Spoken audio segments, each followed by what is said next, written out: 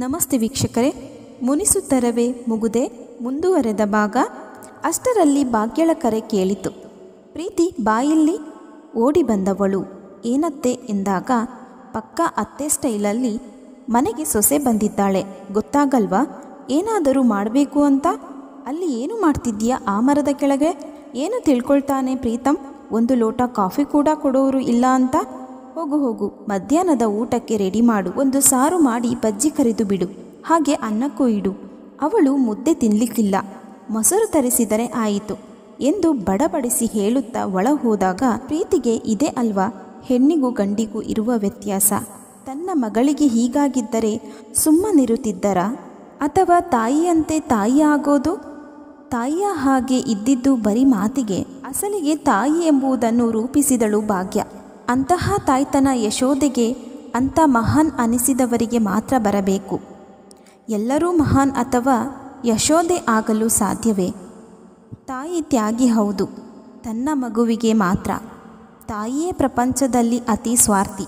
ತನ್ನ ಮಕ್ಕಳ ಸುಖಕ್ಕಾಗಿ ಬೇರೆಯವರ ಮಕ್ಕಳನ್ನು ಕಡೆಗಣಿಸುವವರು.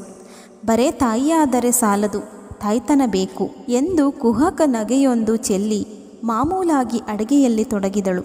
ಅಷ್ಟರಲ್ಲಿ ಪ್ರೀತಮ್ನ ಮಾತು ಕೇಳಿತು. ಅಮ್ಮ, ನಾಳೆ ಸತ್ಯನಾರಾಯಣ ಪೂಜೆ ಇಟ್ಟುಕೊಂಡು ಸಂಜೆ ಹೊಸ ಮನೆಗೆ ಹೋಗಬೇಕು. ನಾಡಿದ್ದು ಅಲ್ಲಿ ಪೂಜೆ ಇದೆ. ಇಲ್ಲಿ ಹತ್ತಿರದವರಿಗೆ ಬರಲು ಹೇಳಿಬಿಡು. ಆಚಾರ್ಯರಿಗೂ ಹೇಳಿಬಿಡು. ಈಗಲೇ ಪೆಂಡಲ್ನವರಿಗೂ ಹೇಳಿಬಿಡು. ಊಟದ ವ್ಯವಸ್ಥೆ ಆಚಾರ್ಯರೇ ಮಾಡುತ್ತಾರೆ ಎಂದು 25,000 ಹಣ ಕೊಟ್ಟಾಗ ತನ್ನ ಮಗ ತನ್ನ ಆರಾಧಕ, ಆಜ್ಞಾಪಾಲಕ ಎಂದುಕೊಂಡು, ಆಯಿತು ಮಗನೇ, ನಿನ್ನ ಮೊಬೈಲ್ ಕೊಡಪ್ಪ ಎಂದು ತಾನು ಬರೆದಿಟ್ಟುಕೊಂಡ ನಂಬರ್ಗಳನ್ನು ಒತ್ತಿ ಹತ್ತಿರದ ಮನೆಯವರಿಗೆಲ್ಲ ಕರೆ ಮಾಡಿದಳು ಭಾಗ್ಯ. ಪೆಂಡಲ್ನವರು ಬಂದರು. ಅಷ್ಟರಲ್ಲಿ ಮಧ್ಯಾಹ್ನದ ಊಟವು ರೆಡಿಯಾಯಿತು. ಆಹಾ ಆಹಾ ಎನ್ನುತ್ತಾ ಗಡದ್ದಾಗಿ ಊಟ ಮಾಡಿದ ಪ್ರೀತಮ್ ಮತ್ತು ಸೀಮಾ ತಮ್ಮ ಕೋಣೆಗೆ ಹೋಗಿ ಬಾಗಿಲೆಳೆದುಕೊಂಡರು. ಪಿಸು ಮಾತುಗಳು, ನರಳಾಟ, ಮಂಚಸದ್ದು ಎಲ್ಲವೂ ಸ್ಪಷ್ಟವಾಗಿ ಪ್ರೀತಿಯ ಕಿವಿಗೆ ಬೀಳುತ್ತಿದ್ದವು.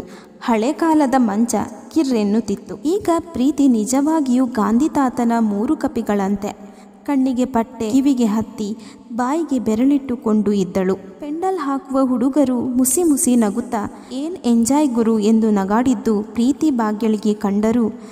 ಕೆಲಸ ಮಾಡ್ರೋ ಹುಚ್ಚು ಮುಂಡೇವಾ ಎನ್ನುತ್ತಾ ಮಗ ತಂದಿದ್ದ ಲಾಡು ಎಲ್ಲರಿಗೂ ಕೊಟ್ಟಾಗ ಲಾಡು ತಿನ್ನುತ್ತಾ, ಏನು ಭಾಗ್ಯಮ್ಮ, ನಿಮ್ಮ ಭಾಗ್ಯ ನಸೀಬ್ ಓಪನ್ ಆದ ಹಾಗಿದೆ.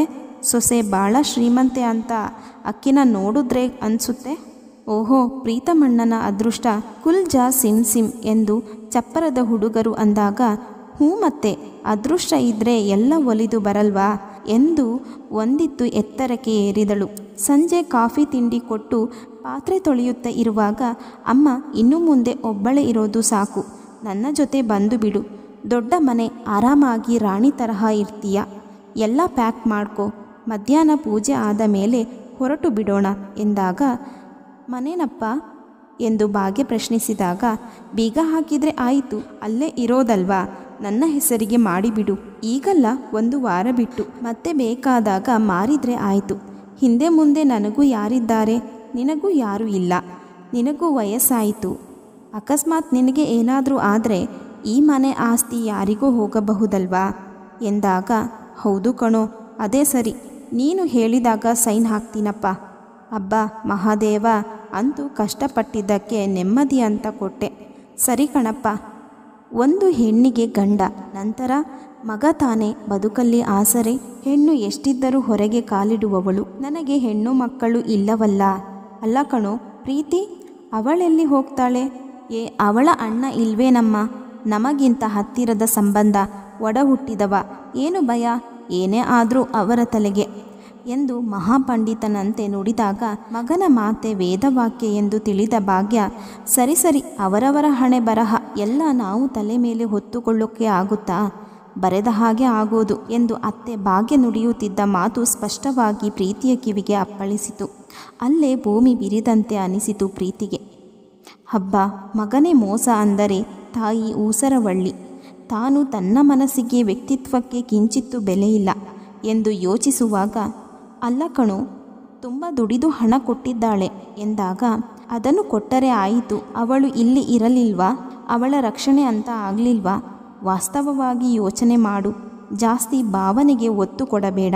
ನಾವು ಬದುಕೋದು ನೋಡಬೇಕು ಎಂದಾಗ ಅವನ ಬಗ್ಗೆ ಇದ್ದ ಸ್ವಲ್ಪ ಗೌರವವು ಸುಟ್ಟು ಕರಕಲಾಯಿತು ಪ್ರೀತಿಗೆ. ಕತೆ ಮುಂದುವರಿಯುವುದು. ಮುಂದಿನ ಭಾಗಕ್ಕಾಗಿ ನಮ್ಮ ಚಾನಲನ್ನು ಸಬ್ಸ್ಕ್ರೈಬ್ ಮಾಡಿಕೊಳ್ಳಿ. ಕತೆ ಇಷ್ಟವಾದರೆ ಲೈಕ್ ಮಾಡಿ, ಶೇರ್ ಮಾಡಿ, ಕಮೆಂಟ್ ಮಾಡಿ. ಆಲಿಸಿದ್ದಕ್ಕಾಗಿ ಧನ್ಯವಾದಗಳು.